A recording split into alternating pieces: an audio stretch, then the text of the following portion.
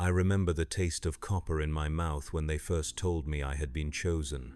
The words came from Adept Thalasson, delivered in that monotone voice all administratum clerks seemed to perfect after their first decade of service. Citizen Kalen Voss, designation 77 Alpha 992, you have been selected for the Emperor's sacred service. He did not look up from his data slate when he spoke. His augmetic eye whirred softly as it processed the information scrolling across the screen. The sound reminded me of the grinding wheels in the manufactorum where I had worked for the past 15 years. I stood there in the grey processing chamber, bare feet cold against the metal floor, and tried to understand what those words meant. Sacred service. I had heard whispers, of course. Every citizen of Terra knows there are those who disappear into the depths of the Imperial Palace, never to return. We tell ourselves they are blessed. We tell ourselves they serve a purpose greater than any of us can comprehend. We tell ourselves many things to sleep at night. The copper taste grew stronger. I realized I had bitten my tongue. There must be some mistake, I said, though my voice sounded small in the echoing chamber. I am just a factory worker. I maintain the grinding wheels for wheat processing in Sector Gamma 7. I have no special skills, no training, there is no mistake. Adept Thalasson finally looked up. His human eye was brown, tired, surrounded by the pale skin of someone who had not seen natural light in decades. The selection process is thorough. Your genetic markers, your psychic resonance levels, your psychological profile, all have been reviewed and approved. You will report to Sanctum Level Omega 33 at the 19th hour for preparation. The chamber felt smaller suddenly. The walls, painted that institutional beige that exists nowhere in nature, seemed to press inward. The fluorescent lumens hummed overhead with a frequency that made my teeth ache. I became aware of my breathing, how shallow it had become, how the recycled air tasted of metal and disinfectant. What exactly is sacred service? I asked. For the first time, something almost resembling emotion flickered across the adept's face. It might have been pity. It might have been envy. You will sustain the light that guides humanity through the darkness, he said. There is no greater honor. He returned to his data slate, and I understood the conversation was over. The journey from the processing chamber to my HAB unit took 47 minutes through the transport tubes. 47 minutes during which I stared at my reflection in the scratched plasteel windows and tried to reconcile the face looking back at me with the words I had just heard. Chosen, selected, sacred service. The terms felt foreign, like a language I had once known but forgotten. My reflection was unremarkable. 34 years old, brown hair that had started thinning at the crown, grey eyes that held no particular wisdom or strength. A thin scar across my left cheek from a grinding wheel accident 3 years prior, hands calloused from decades of manual labor, fingernails permanently stained with machine oil despite my best efforts to clean them. An ordinary man leading an ordinary life in service to the Imperium. Or so I had thought. The HAB unit was as I had left it that morning, a single room, 8 meters by 6, containing a cot, a small desk, a food preparation unit, and a lavatory alcove. The walls were the same institutional beige as the processing chamber. On the desk sat a single picked frame containing an image of my parents, both long dead, taken on the day they had been wed 47 years ago. They smiled at the camera with the genuine happiness of people who believed the future held promise. I sat on the edge of the cot and stared at their faces. What would they think of their son's sacred service? Would they be proud, terrified? I realized I did not know what to think myself. The remaining hours passed strangely. I tried to eat but found no appetite. The corpse starch ration, flavored to approximate some long-extinct meat, turned to ash in my mouth. I tried to read from the small collection of approved texts I kept in my desk drawer, but the words swam before my eyes without meaning. The Primer Imperialis, which I had read hundreds of times, might as well have been written in an alien tongue. I tried to sleep but found myself staring at the ceiling panels, counting the small imperfections in the metal plating. 63 dents, 12 rust spots, one panel slightly misaligned with its neighbors. When the chime sounded for the 19th hour, I was ready. The transport system that carried me to Sanctum Level Omega-33 was unlike anything I had experienced in my years on Terra. Most citizen transport tubes were utilitarian affairs, designed to move large numbers of people efficiently through the Hive City's endless corridors. This was different. The capsule was smaller, lined with what appeared to be actual wood rather than the synthetic materials I was accustomed to. Brass fittings gleamed in the soft yellow light, and the air smelled of incense rather than recycled atmosphere. There were 7 other passengers in the capsule with me, all of us selected for sacred service, all of us trying to process what that meant. We sat in silence, each lost in our own thoughts, our own fears, our own attempts to understand the magnitude of what was happening to us. The woman across from me was young, perhaps 25, with the pale complexion and slightly hunched posture of someone who spent their days bent over data slates in the administratum's endless filing chambers. Her hands shook as she clutched a small pendant in the shape of the Imperial Aquila. When she noticed me watching, she offered a weak smile that did not reach her eyes. "Mira Kane," she said softly. "Data analyst, 3rd class, sector Beta 9. Kalen Voss?" I replied. "Maintenance technician, Gamma 7. The elderly man beside her looked up from his own contemplation. His hands bore the distinctive burn scars of someone who had worked with Promethium for decades. "Marcus Thorne," he said in a voice roughened by years of breathing industrial fumes. "Fuel processor. Been in the deep works for 38 years. Figured I'd die down there among the pipes and burners. Never expected this." One by one, the others introduced themselves. Helena Vex, a young woman barely 18 who had been working in the textile manufactorum since childhood. Dmitri Vasquez, a middle-aged man whose augmetic arm marked him as a former tech servitor operator. Jaren Cole, a teenager whose nervous energy suggested he had been pulled from one of the lower Hive's youth brigades. Senna Thale, an older woman whose lined face spoke of years in the agridomes, coaxing life from Terra's poisoned soil. Ordinary people, workers, the backbone of the Imperium's vast industrial machine. None of us heroes, none of us particularly special. Just citizens who had somehow drawn the attention of the selection algorithms that governed such things. "Do any of you know what sacred service actually entails?" asked Dmitri, his augmetic fingers tapping nervously against his thigh. No one answered immediately. Finally, Marcus spoke up. "My grandfather used to tell stories," he said, "back when he was young, before the purges of Gehenna. He claimed to know someone who had worked in the deep levels of the palace. Said there were places down there where they fed souls to machines, where they turned people into batteries for things too terrible to name."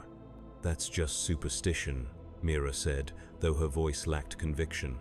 "The Emperor protects. Whatever we're called to do, it serves a purpose." "All service serves a purpose," Helena replied quietly. "That doesn't mean we survive it." The transport capsule began to descend more rapidly. Through the small windows, I could see the architecture changing as we went deeper. The utilitarian corridors of the upper hive gave way to more elaborate construction. Stone replaced metal. Gothic arches soared overhead, carved with symbols that seemed to writhe when viewed directly. The air grew thicker, heavy with incense and the ozone smell of high-energy machinery. We were entering the true heart of the Imperial Palace now, the domain of the Adeptus Mechanicus, where technology and faith merged into something that transcended both. Servo skulls drifted past the windows, their eye sockets glowing red in the dim light. Occasionally, we passed chambers filled with massive machines whose purpose I could not begin to guess. Pipes thick as hab-block corridors carried fluids that glowed with their own light. Cables the size of transport tubes pulsed with electrical current, and everywhere, carved into every surface, painted on every wall, etched into every piece of machinery, was the symbol of the Imperial Aquila. The two-headed eagle that represented humanity's dominion over the galaxy, its wings spread wide, its heads turned to watch both the past and the future. But down here, in the depths, the symbol seemed different somehow, more predatory, as if the eagle was not protecting humanity so much as preparing to devour it. The descent continued for what felt like hours, past foundries that glowed with the heat of artificial suns, past libraries where servo-scribes recorded information on scrolls of human skin, past chambers filled with vat-grown creatures that I tried not to look at too closely. The deeper we went, the more oppressive the atmosphere became. The weight of 10 millennia of accumulated faith and technology pressed down on us like a physical thing. Finally, the transport came to rest with a soft pneumatic hiss. Beyond the doors lay a corridor that stretched away into shadows, lined with statues of saints I did not recognize. Their faces were twisted in expressions of ecstasy and agony, their hands reaching towards something unseen. Lumens flickered in alcoves, casting dancing shadows that made the statues appear to move. "Citizens," came a voice from outside the transport. "You will disembark. You will follow. You will not speak unless spoken to." The voice belonged to a figure in red robes, a tech adept of the Mechanicus whose face was hidden behind a brass mask shaped like a human skull. His movements were precise, mechanical, as he gestured for us to exit the transport. Other robed figures waited behind him, silent and still as the statues that lined the corridor. We followed them through passages that seemed to stretch forever. The air grew thicker with each step, heavy with the smell of sanctity and electricity. The sounds of the palace pressed in around us. The distant hum of massive generators, the chanting of tech priests performing their rituals, the whisper of servo skulls passing overhead. And underneath it all, so low it was felt rather than heard, a deep thrumming that seemed to come from the very foundations of the structure, the heartbeat of something vast and terrible. We passed through checkpoints guarded by Skitarii rangers, their augmetic limbs clicking and whirring as they scanned us with devices I did not recognize. Each checkpoint took us deeper into the palace, further from the world I had known, closer to whatever fate awaited us in the depths. The corridors began to change again. The Gothic arches gave way to something older, more primitive. Rough-hewn stone replaced worked marble. The carvings became less elaborate but somehow more disturbing. Symbols that hurt to look at directly. Faces that seemed to watch us as we passed. Words in languages that had been old when terror was young. And still we descended. The air itself seemed to thicken, taking on an almost liquid quality that made breathing an effort. The temperature fluctuated wildly, scorching heat giving way to bone-deep cold without warning. The lumens flickered more frequently, sometimes leaving us in darkness for long moments before sputtering back to life. It was in one of these dark moments that I heard something that chilled me to the bone. A sound so low it was barely audible, yet so filled with anguish that it seemed to reach directly into my soul and squeeze. It lasted only a moment before the lumens returned and the tech adepts continued their measured pace, but I knew I would carry the memory of that sound for whatever time remained to me. It was the sound of someone screaming in a place too deep for sound to carry. We came at last to a massive archway flanked by 2 custodian guards. Even motionless, even silent, they radiated a presence that made my breath catch in my throat. These were not ordinary soldiers. They were something beyond human, crafted by the Emperor's own hand to be perfection made manifest. Their golden armor gleamed despite the dim light, and their guardian spears hummed with barely contained energy. They did not acknowledge our presence. They did not need to. Their very existence was acknowledgement enough that we had reached a place of supreme importance.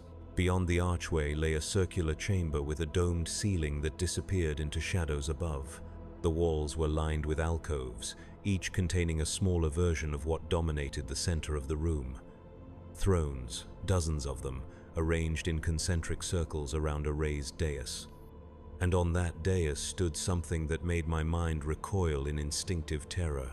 A throne larger than the others, more elaborate, more terrible. It was carved from some black substance that seemed to absorb light rather than reflect it. Cables and tubes snaked away from its base, disappearing into the floor and walls. Crystalline structures grew from its arms and back like malignant tumors, pulsing with their own internal light. And connected to those smaller thrones, sitting in them, were people. They were alive, I realized with dawning horror. Their chests rose and fell with the rhythm of breathing, but their eyes stared sightlessly ahead, rolled back to show only the whites. Cables ran from the thrones into their bodies, needles and tubes piercing their arms, their necks, their skulls. The crystalline growths from the central throne had spread to encompass them as well, forming a web of glowing filaments that connected each occupant to the whole. They were not dead. They were something worse than dead. They were part of the machine. "Behold," said one of the tech adepts, his vox grill making his voice sound like it came from the bottom of a deep well. "The preparatory chambers for sacred service. Here, the faithful are transformed. Here, individual existence ends and true purpose begins." Mira began to cry. Soft, quiet sobs that echoed strangely in the domed space. Marcus reached out and took her hand, though his own was trembling. The teenager, Jaren, had gone pale as corpse starch, his mouth hanging open as he stared at the occupied thrones. "What happens to them?" Helena whispered. The tech adept turned his skull mask toward her. "They become part of something greater. Their life force, their psychic potential, their very souls are channeled into the great work. They sustain the light that guides humanity through the darkness." "The Astronomicon," I breathed, understanding flooding through me like ice water. "Indeed. The beacon that allows our ships to navigate the warp, that keeps the forces of chaos at bay, that maintains the barriers between reality and the realm of nightmares.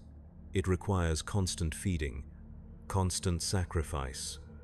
The souls of the faithful, willingly given, transformed into the light that preserves our species." The truth of it hit me like a physical blow. I had heard of the Astronomicon, of course. Every citizen of the Imperium knew of the great light that shone from Holy Terra, guiding our ships through the treacherous currents of the warp, but I had never connected it to this. Never understood that the light was literally made from human souls, burned away to fuel something beyond comprehension. 1,000 souls a day, the tech adept continued, his mechanical voice devoid of emotion. "For 10,000 years, the price of our survival, paid in the currency of human life. You have been selected to join that number, to add your essence to the great beacon, to become part of the Emperor's will made manifest. 1,000 souls a day, the mathematics of it were staggering. Over 10 millennia, billions of people had sat in chairs like these. Billions of ordinary citizens, pulled from ordinary lives, transformed into something that existed beyond the boundaries of flesh and mortality, all to keep a single light burning in the darkness of space." "How do you choose?" asked Dmitri, his augmetic arm whirring softly as he clenched and unclenched his fist. "How do you decide who lives and who dies?" "The selection is thorough," replied the tech adept. "Genetic markers indicating psychic potential, psychological profiles suggesting stability under stress, physical conditions that allow for optimal energy transfer, age ranges that provide the greatest yield. The algorithms consider thousands of variables to identify those best suited for sacred service. Best suited to die, he meant. Best suited to be consumed by something that had once been human but was now so far beyond humanity that it might as well be an alien god." "And if we refuse?" asked Senna, her weathered face set in stubborn lines. The tech adept's mask turned toward her with mechanical precision. "Refusal is not possible. The selection has been made. The Emperor's will cannot be denied. You may approach your transformation with acceptance and find peace in service, or you may resist and find only suffering. The outcome remains the same." I looked around the chamber again, taking in the full scope of what awaited us. Dozens of thrones, all occupied. Dozens of people who had once been like us, now reduced to empty shells connected to a machine that fed on their essence. And in the center, that terrible black throne that pulsed with its own malevolent life. "The central throne is different," I observed. "Indeed, it serves as a focusing mechanism, channeling the combined psychic energy of all connected souls and directing it toward its intended purpose. It also houses the intelligence that coordinates the entire process." "What intelligence?" For the first time, something almost resembling uncertainty flickered in the tech adept's mechanical voice. The fragment of the Emperor's consciousness assigned to oversee this facility. A portion of his divine intellect, severed from the whole and tasked with the management of sacred service, it has been changed by its proximity to the process. 10,000 years of witnessing the death of the faithful has affected it in ways we do not fully understand. The implications sent a chill through me, a piece of the Emperor's mind, isolated down here in the depths, watching thousands die every day for 10 millennia. What would such an experience do to any consciousness, even a divine one? What would it become after witnessing so much death, so much suffering, all in service of a greater purpose? You will be processed in order of selection, the tech adept continued, gesturing toward the waiting thrones. The procedure is brief but intensive. Your individual consciousness will be preserved for a short time as your body adapts to the neural interfaces. After that, you will become part of the greater whole. Mira was first. They led her to one of the smaller thrones with the same mechanical precision they showed in all things. She walked slowly, as if in a dream, her hands clutching the Aquila pendant so tightly that her knuckles had gone white. When they helped her sit, she looked back at us with eyes wide with terror. "Tell them," she whispered. "Tell them I served willingly. Tell them I died with honor." But there would be no one to tell. We were all destined for the same fate. The needles slid into her arms with surgical precision, tubes connected to her neck, her spine, her skull. The crystalline growths from the central throne began to extend toward her, reaching out like hungry fingers. When they made contact, her entire body convulsed as if struck by lightning. Her scream echoed through the chamber, a sound of pure agony that seemed to go on forever. Then, suddenly, it stopped. Her face went slack, her eyes rolling back to show only the whites. The readings on the tech adept's instruments spiked, then settled into a steady rhythm. Connection established, one of them announced. Soul integration at 97% efficiency, psychic resonance within acceptable parameters. Mirakaine, data analyst 3rd class from Sector Beta 9, ceased to exist as an individual entity. What remained was a conduit, a living battery feeding power into the great machine that kept humanity alive. Marcus went next. The old fuel processor faced his fate with stoic dignity, settling into his assigned throne without resistance. "Worked with fire all my life," he muttered as the needles found their marks. "Fitting that I should become fire in the end." His transformation was quieter than Mira's, but no less final. One moment he was a man with decades of experience and accumulated wisdom. The next, he was part of the machine. Helena followed, then Dmitri, then the boy Jaren, who wept silently as the crystalline filaments invaded his nervous system. Each transformation was slightly different, each individual reaction unique, but the result was always the same. Consciousness dissolved into something larger, identity subsumed into collective purpose. Senna, the agri-dome worker, was the last before me. She looked at the throne with undisguised hatred, her weathered hands clenched into fists. 40 years I spent trying to make things grow in poisoned soil, she said. 40 years fighting to bring life to a dead world. And this is my reward. Your reward is eternal service, the tech adept replied without emotion. Your essence will guide ships across the galaxy. Your sacrifice will preserve millions of lives. What greater purpose could any individual serve? The purpose of living, she spat. But she sat in the throne anyway, because there was no choice. Her transformation was the most violent yet, her body convulsing for long minutes before finally going still. But even in death, even connected to the machine, something of her defiance seemed to remain. The readings fluctuated more wildly than the others, as if some part of her consciousness was still fighting. And then it was my turn. The throne was warm when I settled into it, heated by some internal mechanism or perhaps by the psychic energy flowing through the chamber. The material felt organic somehow, as if it were made from living tissue rather than metal or stone. As the restraints closed around my arms and legs, I caught a glimpse of the central throne and realized with horror that I could see something moving within its crystalline matrix. A face. Human, but transformed by 10,000 years of exposure to forces beyond mortal comprehension. The fragment of the Emperor's consciousness that oversaw this facility, trapped within the machine, watching everything with eyes that held the accumulated weight of millions of deaths. Those eyes turned toward me as the first needle slid home. The pain was indescribable. Not physical pain, though that was certainly present, but something deeper. The pain of having your very essence torn apart and examined, categorized, prepared for consumption. I felt my memories being sifted through by an intelligence vast and alien and utterly indifferent to my suffering. My first day at the Manufactorum, the pride I had felt when I successfully repaired a particularly complex grinding mechanism. The girl I had loved for 3 perfect weeks before she was transferred to another sector. The taste of real meat on Foundation Day, a rare treat in a life of processed protein, the sound of rain on the Hab block roof during one of Terra's infrequent storms. All of it catalogued, filed away, prepared for integration into the greater whole. But there was something else in the examination, a presence that felt different from the cold analytical intelligence that was processing my memories. Older, more human, infinitely sad.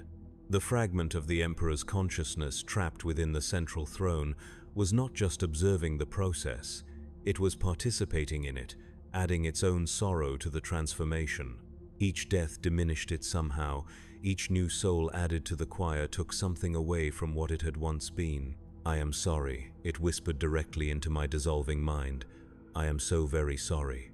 The voice was not the mechanical drone of the tech adepts or the inhuman majesty I had expected from anything connected to the Emperor. It was the voice of a man who had seen too much, endured too much, sacrificed too much in service of a cause that demanded ever greater sacrifices. Why? I managed to ask, though whether I spoke the word aloud or simply thought it, I could not tell. Images flooded my consciousness in response.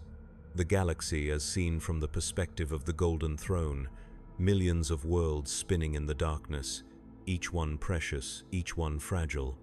Ships moving through the warp guided by the light of the Astronomicon, colonies being founded on distant worlds, children being born under alien suns, humanity spreading across the stars carrying the spark of consciousness to every corner of the galaxy, and pressing in from all sides, the enemies that sought to extinguish that spark. Chaos fleets massing in the Eye of Terror, Tyranid hive ships approaching from the dark between galaxies, Orc warbands gathering momentum as they swept across entire sectors, ancient Necron tomb worlds awakening after millions of years of slumber. The choice was not between good and evil, between freedom and oppression, between hope and despair. The choice was between survival and extinction, between the continuation of human consciousness and its complete obliteration. "The price is too high," I protested, even as I felt my individual identity beginning to fray at the edges. "Yes," agreed the voice in my head, "it is. But the alternative is worse. More images. A galaxy without the Astronomicon, ships lost in the warp, their crews driven mad by exposure to raw chaos. Worlds cut off from each other, falling one by one to enemies they could not defeat alone. The great civilization of humanity crumbling into isolated fragments, each one prey to forces that had waited millennia for this moment of weakness. And worse. Visions of what would happen to human souls after the fall, not death, which would be a mercy, but eternal torment in dimensions where the very concept of suffering had been refined to an art form. Consciousness preserved in agony, experiences stretched across eons of pain, the human spirit broken and remade into something that existed only to suffer. "This is the choice we face," the voice continued, heavy with the weight of 10,000 years of accumulated guilt. "Sacrifice the few to preserve the many, or lose everything to forces that know no mercy, no compassion, no limits to their cruelty. I have made that choice 10 million times. I will make it 10 million more." I understood then. The Emperor's fragment trapped within the machine was not some cold, calculating intelligence sorting through human lives like data points. It was the embodiment of an impossible burden, the consciousness that had to choose who lived and who died every single day. It felt every death, knew every name, remembered every face. And it endured because someone had to make those choices, and no one else was capable of bearing the weight. "Will it ever end?" I asked as my sense of self continued to dissolve. The pause before the answer told me everything I needed to know. "I don't know," it admitted. "I hope so. I pray for it every moment of every day. But hope is not enough. Prayer is not enough. Only sacrifice is enough." My individual consciousness was almost gone now, absorbed into the greater choir of souls that powered the Astronomicon. But in those final moments I felt something unexpected. Not the cold emptiness I had feared, but warmth, connection, purpose. I was becoming part of something larger than myself, something that mattered in ways I had never imagined possible. The fear faded, the pain faded. What remained was a sense of belonging that I had never experienced in life. I could feel the other souls in the choir, all of us connected by threads of psychic energy that pulsed with our combined will. Mira was there, her analytical mind helping to coordinate the flow of information. Marcus, his steady presence providing stability to the entire network. Helena, Dmitri, Jaron, Senna, all of them contributing their unique essence to the greater whole. And there were others, thousands of others, millions of others, all of us burning together in a symphony of sacrifice that stretched back 10,000 years to the very founding of the Imperium. Farmers and soldiers, scholars and laborers, children and elders, all united in service to something greater than any individual life. We were the Astronomicon. From our new perspective, I could see the galaxy spread out like a vast three-dimensional map. Every world that flew the Imperial banner glowed with its own light, connected to every other world by the web of warp routes that made travel possible. Ships moved along those routes like blood cells through arteries, carrying cargo and passengers, information and hope from one star system to another. And guiding them all was our light, the beacon that we had become, shining out from holy terror with an intensity that could be perceived across the entire galaxy. Without us, those ships would be lost in the warp, their navigators blind to the currents and storms that could destroy them in an instant. Every safe arrival was a victory paid for with our souls. Every successful voyage was bought with our deaths. Every world that remained connected to the greater Imperium was sustained by our sacrifice. But we were more than just a navigation aid. We were part of the Emperor's will made manifest, an extension of his consciousness that reached into every corner of human space. Through us, he could perceive threats that might not be visible from Terra. Through us, he could intervene in crises that might otherwise destroy entire worlds. I felt his attention touch our collective consciousness, vast and terrible and utterly alien. 10,000 years of existence beyond the boundaries of mortality had changed him into something that could barely be called human anymore. His thoughts moved on scales of time and space that mortal minds could not comprehend. His concerns encompassed not just humanity but the fundamental structure of reality itself. Yet there was still something recognizably human at his core. A fragment of the man he had once been, preserved like an insect in amber within the divine consciousness. That fragment mourned every soul that fed the Astronomicon. It remembered what it was like to be mortal, to have hopes and dreams and fears that mattered on a personal level. And it was grateful, not the cold gratitude of a ruler acknowledging useful service, but the warm, personal gratitude of someone who understood the magnitude of the sacrifice being made. He knew our names, our histories, our small hopes and simple dreams. He remembered the girl I had loved and the taste of real meat and the sound of rain on plasteel. He carried all of it within his vast consciousness, a library of human experience that grew larger with every soul added to the choir. We were not just fuel for his great work, we were reminders of what he was fighting to preserve. Every memory we brought with us was another reason to continue the struggle, another small piece of the human experience that deserved protection. The days and weeks that followed, if such terms had any meaning in our new existence, were a revelation. I learned to perceive the galaxy through the lens of the Astronomicon, to feel the pulse of human civilization across 1,000,000 worlds. Ships called out for guidance and we provided it, our light cutting through the darkness of the warp like a blade through silk. Colonies requested aid and the Emperor's attention flowed through us to assess their needs, sometimes dispatching help across thousands of light years with a thought. But I also saw the darkness that pressed in from all sides. Chaos fleets gathering in the eye of terror, their hulls twisted into shapes that hurt to perceive directly. Daemon princes marshalling their forces for another assault on the material universe. Heretic cults spreading their poison through loyal imperial worlds, preparing the way for invasion from within.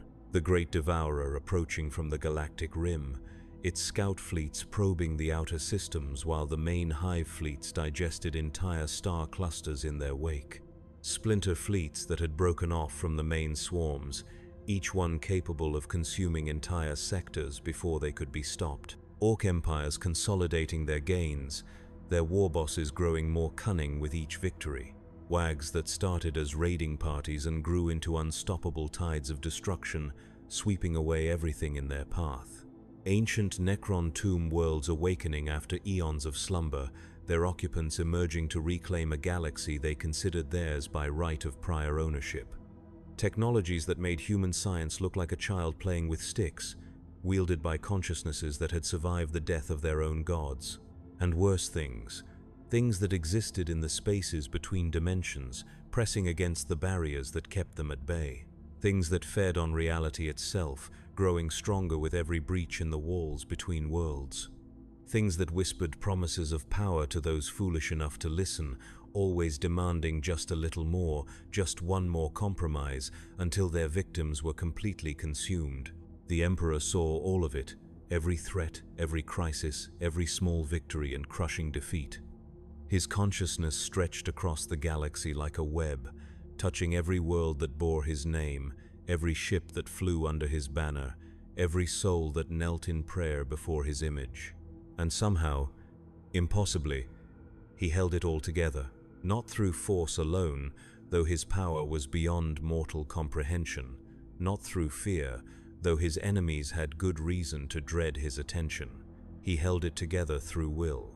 Through the absolute refusal to surrender, no matter how hopeless the situation became. Through the determination to protect humanity, even if it meant becoming something that humanity might no longer recognize as one of their own. The irony was not lost on him. I could feel his awareness of it in the moments between crises, in the brief pauses when his attention was not focused on some distant emergency. He had become the very thing he had once sought to destroy, a god-emperor demanding worship from his subjects, a tyrant sustained by the blood of innocents, a monster wearing the face of humanity's savior. But he was still humanity's savior, monster or not, because the alternatives were worse. Because someone had to make the impossible choices. Because 10,000 years of experience had taught him that sometimes the only way to preserve something precious was to sacrifice everything else. We felt his grief in those quiet moments, the accumulated weight of 10 millennia of necessary atrocities, the knowledge that every day of survival came at a cost that no sane being would willingly pay. The understanding that he had long since crossed lines that could never be uncrossed, committed acts that could never be forgiven, and yet he endured. For us. For the species that had birthed him and then demanded that he become something beyond their comprehension. For the future that might still be possible, however distant it seemed. Through our connection to the Astronomicon, I began to understand the true scope of the eternal war that raged across the galaxy. Not the simple narrative of good versus evil that was taught in the Imperial Creed, but something far more complex and terrible. A struggle between different concepts of existence itself, fought on scales that dwarfed individual lives, individual worlds, even individual species. The forces of chaos sought to drag the material universe into the warp, to transform reality into an endless nightmare where emotion and will shaped the fundamental laws of physics. They offered power and freedom, but at the cost of sanity and ultimately existence itself. What they called liberation was actually the dissolution of everything that made consciousness meaningful. The Tyranids represented a different kind of extinction, not the chaotic dissolution of reality, but its complete consumption. They would devour every world, every life form, every scrap of organic matter, leaving behind only empty husks drifting in the void. There would be no suffering in their vision of the future because there would be nothing left to suffer. The Necrons sought to impose their own order on the galaxy, an order based on the supremacy of the mechanical over the organic, of death over life, of stasis over change. They had already achieved their own version of immortality by abandoning flesh for living metal, and they viewed biological life as an aberration to be corrected. Each enemy offered its own form of finality. Each represented a different way for human consciousness to end forever. Against them all stood the Imperium, flawed and brutal and monstrously oppressive, but still the last bastion of human existence. And at its heart, keeping it all together through sheer force of will, sat the Golden Throne. I could feel its presence now in ways that my living mind never could have comprehended. It was not simply a machine or a throne or a life support system. It was a nexus point where multiple dimensions intersected, a place where the Emperor's consciousness could expand beyond the boundaries of single flesh and touch every corner of human space simultaneously. The technology was ancient beyond measure, built during the dark age of technology when humanity had reached heights of scientific achievement that would not be seen again for tens of thousands of years. It had been designed for a different purpose originally, as a gateway between dimensions, but the Emperor had modified it, adapted it, turned it into something that could sustain his transformed existence. But it was failing. 10,000 years of constant operation had taken their toll. Components that had been designed to last for millennia were breaking down. Systems that had once operated with perfect efficiency were developing flaws, inconsistencies, failures that required ever more psychic energy to overcome. The 1,000 souls sacrificed daily had once been a manageable drain on the Emperor's power. Now they barely sustained him from one day to the next. Soon, even that would not be enough. Through the collective consciousness of the Astronomicon, I could perceive the calculations running constantly in the depths of his divine intelligence. Statistical models predicting the rate of decay, probability matrices exploring potential solutions, contingency plans for scenarios too terrible to contemplate. The conclusion was always the same: the Golden Throne would fail within the next few centuries. When it did, the Emperor would die, the Astronomicon would go dark, and humanity would be left alone in a galaxy full of enemies who had been waiting 10,000 years for exactly this moment. Unless something changed, I felt his attention turn toward a particular region of space, far from Terra, where something unprecedented was happening, a human world where the impossible had occurred, where someone had found a way to create new technology that actually worked, that enhanced human capabilities instead of simply maintaining what already existed. For the first time in 10 millennia, humanity was innovating again. The implications sent ripples through the choir of souls that made up the Astronomicon. If this development could be protected, nurtured, allowed to spread, it might represent hope for the future. A way forward that did not depend on the slow decay of ancient systems or the daily sacrifice of innocence. But it would have to be protected. The forces of chaos had noticed the innovation as well, and they were moving to corrupt it, to turn humanity's new hope into another weapon in their arsenal. Orc fleets were converging on the sector, drawn by the promise of new technology to loot and destroy. Tyranid scout ships probed the outer systems, tasting the genetic diversity that new human colonies represented. The Emperor's will focused like a laser beam on that distant region of space. Power flowed through us, through the Astronomicon, across thousands of light years to manifest as miracle and intervention. Space Marine chapters received visions directing them toward the threatened worlds. Imperial Guard regiments found themselves reinforced by troops who should have been deployed elsewhere. Tech priests discovered ancient STC fragments that had been lost for millennia, giving them the tools they needed to understand and protect the new innovations. The effort was enormous. I felt the strain ripple through every soul in the choir as the Emperor drew on our essence to fuel his intervention. Some of us simply burned out, our consciousness dissolved completely as our psychic energy was consumed. Others held on, but were diminished, reduced to shadows of what we had been. And still it was not enough. The innovations were spreading but slowly. The defenses were holding but barely. The enemy forces were too numerous, too determined, too well coordinated to be stopped by conventional means. Something more was needed. Something that had not been tried in 10,000 years of warfare. I felt the Emperor's consciousness turn inward, focusing on the deepest levels of the Golden Throne, on systems that had not been activated since the Horus Heresy. Ancient protocols that had been designed for the most desperate of circumstances. Powers that he had sworn never to use again because the cost was too terrible to contemplate. But the alternative was worse.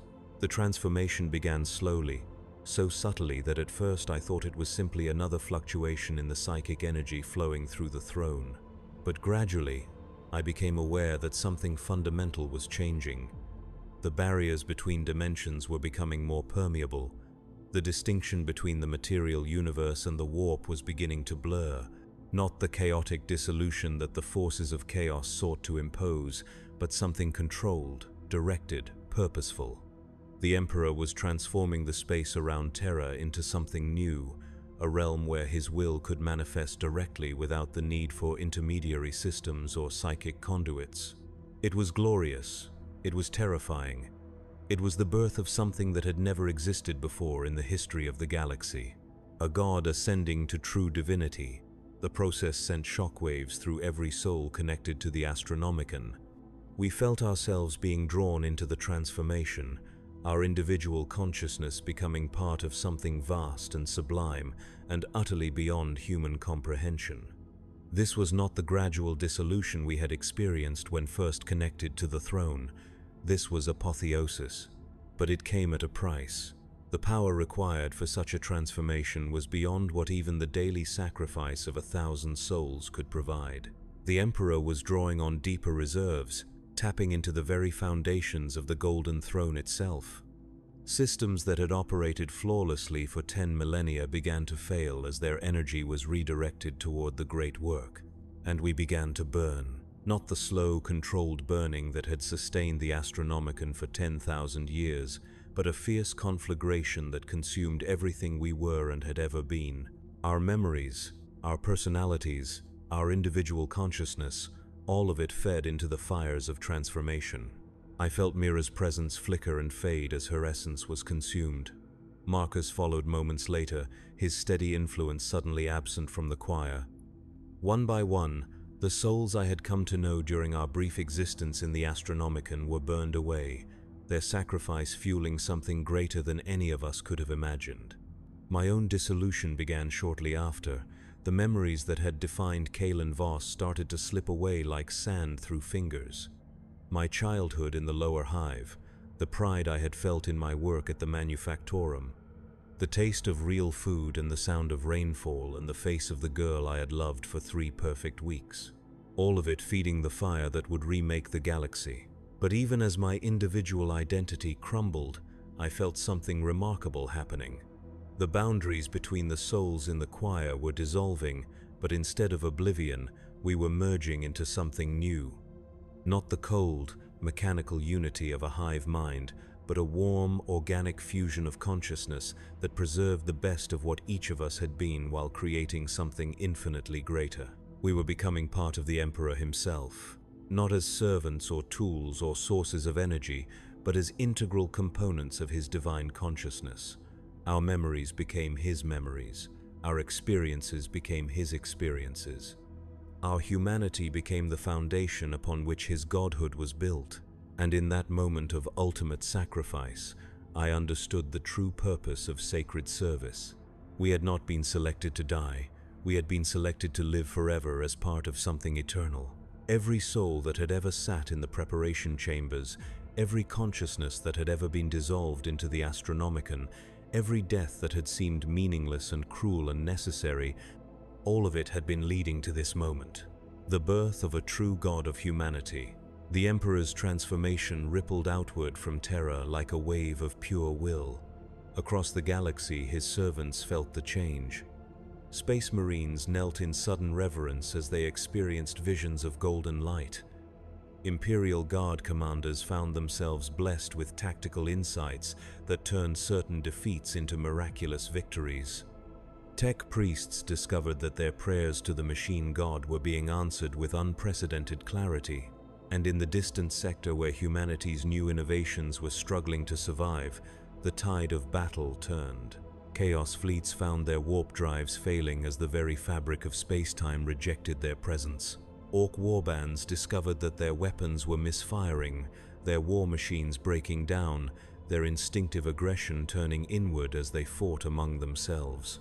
Tyrannid hive ships recoiled from systems that had suddenly become inedible, their bioships unable to process the changed nature of local space-time.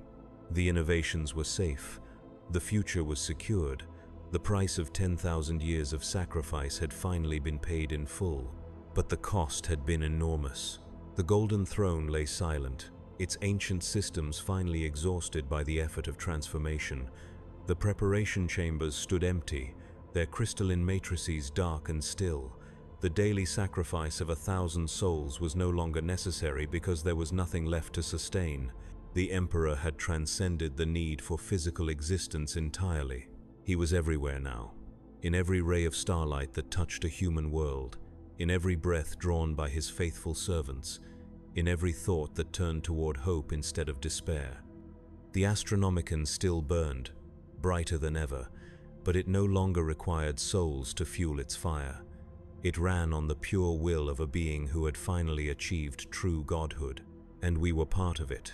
All of us who had given our lives to sacred service over 10 millennia of faithful sacrifice. We existed now as facets of his divine consciousness, each one preserving some small aspect of human experience, each one contributing to the vast tapestry of memory and emotion that kept him connected to the species he had sworn to protect. Kalen Voss, factory worker from Sector Gamma 7, no longer existed as an individual entity, but his memories lived on in the divine consciousness. His love for the girl whose name had been forgotten, his pride in work well done, his simple human joy in small pleasures, all of it was preserved within something infinitely larger and more important. I was part of God now, and God was part of me. The transformation was not complete. It would take time for the Emperor's new existence to fully manifest across the galaxy. There would still be battles to fight, enemies to defeat, crises to resolve. But the fundamental equation had changed. Humanity was no longer fighting a losing battle against overwhelming odds. For the first time in 10,000 years, there was genuine hope for the future. New technologies would spread unchecked by the forces of stagnation. Human colonies would expand into previously unreachable regions of space. The barriers between the material universe and the warp would strengthen, holding back the forces of chaos more effectively than ever before.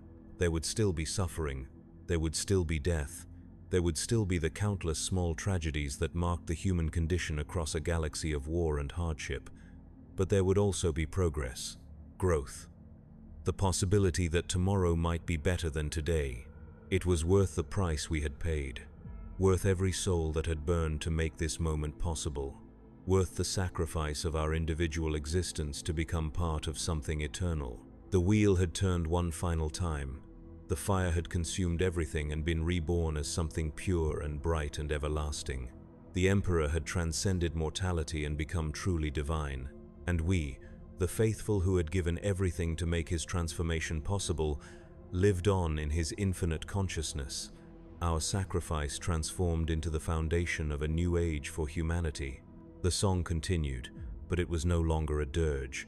It had become something else entirely, a hymn of victory, a celebration of sacrifice vindicated, a promise that the light which had guided humanity through its darkest hours would never be extinguished again. In the depths of space, ships found their destinations more easily than ever before. On distant worlds, colonists looked up at alien skies and saw the Astronomicon burning with renewed strength. In the hearts of the faithful, prayers were answered with a clarity that had not been felt since the Emperor had walked among mortals. The long night was ending, the dawn was finally breaking, And in the golden light of a new age, the souls of the sacrificed sang their eternal song of service and redemption, their individual voices lost in the greater chorus, but their essence preserved forever in the consciousness of the God they had helped to create.